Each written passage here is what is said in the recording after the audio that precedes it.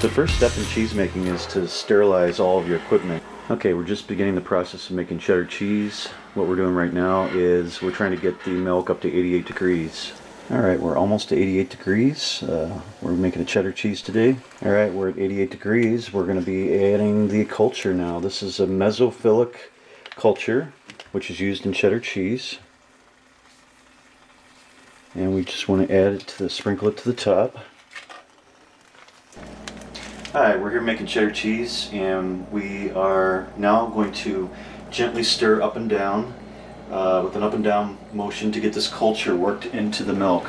We're getting ready to add some annatto to the cheddar to give it its lovely color. We could be making white cheddar, but I instead wanted to add some of this annatto, which comes from the annatto tree.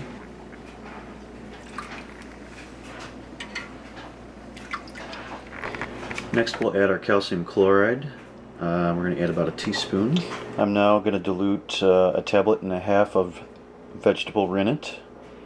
Rennet is the ingredient that helps firm the milk up into curds, and I'll add that to a quarter cup of water here and stir that. This is a cheese press I bought on eBay. Got a really good deal on it, about $100 with shipping.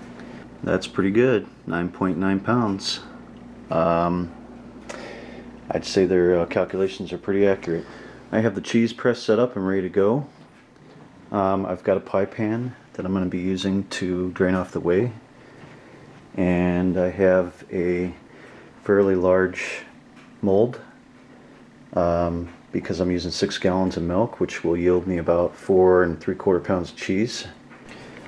I just measured out 3 3/4 tablespoons of cheese salt. Now, cheese salt, you're wondering, what is cheese salt? Isn't salt salt? Well, no, salt, normal table salt, contains iodine, which, well, if you don't know, it's a sanitizer. It will kill bacteria. We do not want to kill the bacteria in the cheese because that is what's going to help ripen it.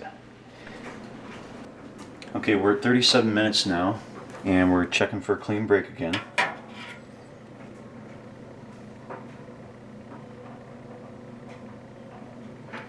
It's getting there, but not quite. Now I'm going to cut the curds, and we're basically just going to go into 1/2 inch cubes.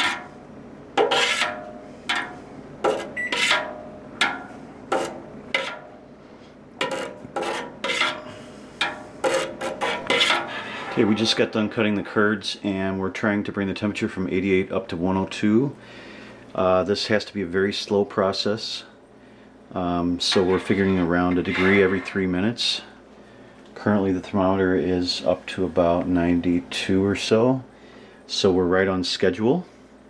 So it's going to be in about another 35 minutes as we slowly stir this curd. We're letting the curds firm up. We're going to start the cheddaring process.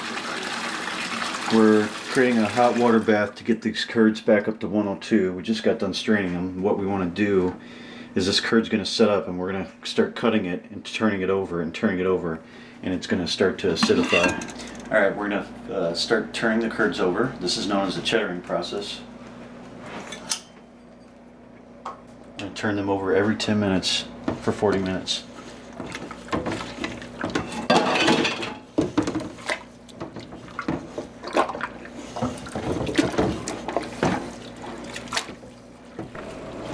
I took the extra whey that was left over, and I'm making ricotta with it. I got to bring this up to 195, then add some vinegar, and we'll make ricotta cheese out of this. I'm 10 minutes away from being done with cheddaring. What we're doing is we're just turning this over every 10 minutes for 40 minutes. And once we get done cheddaring, we'll add our salt and we'll start pressing it into the mold. Alright, we just added the vinegar to the whey. We're making ricotta. We took 24 quarts of whey and added 1.5 cups of vinegar. We have our curds here after the cheddaring process. We have our mold sitting in our pie pan lined with cheesecloth.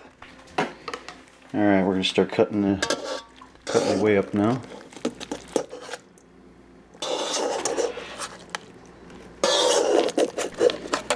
Alright, I just got done cutting the curds up again, and I'm going to add salt. And take our cheese salt here and sprinkle this over it.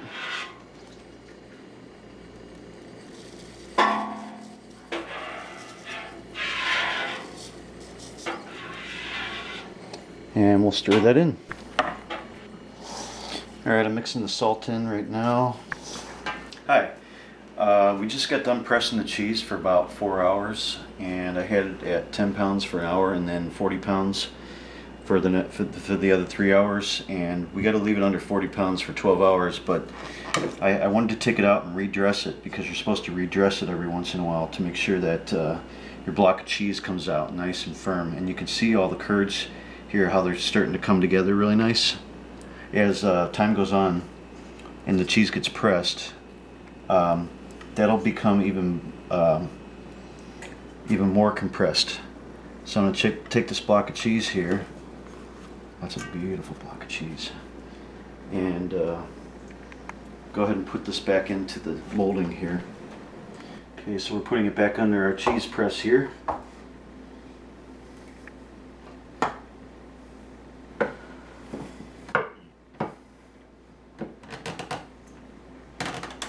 "40 pounds of pressure."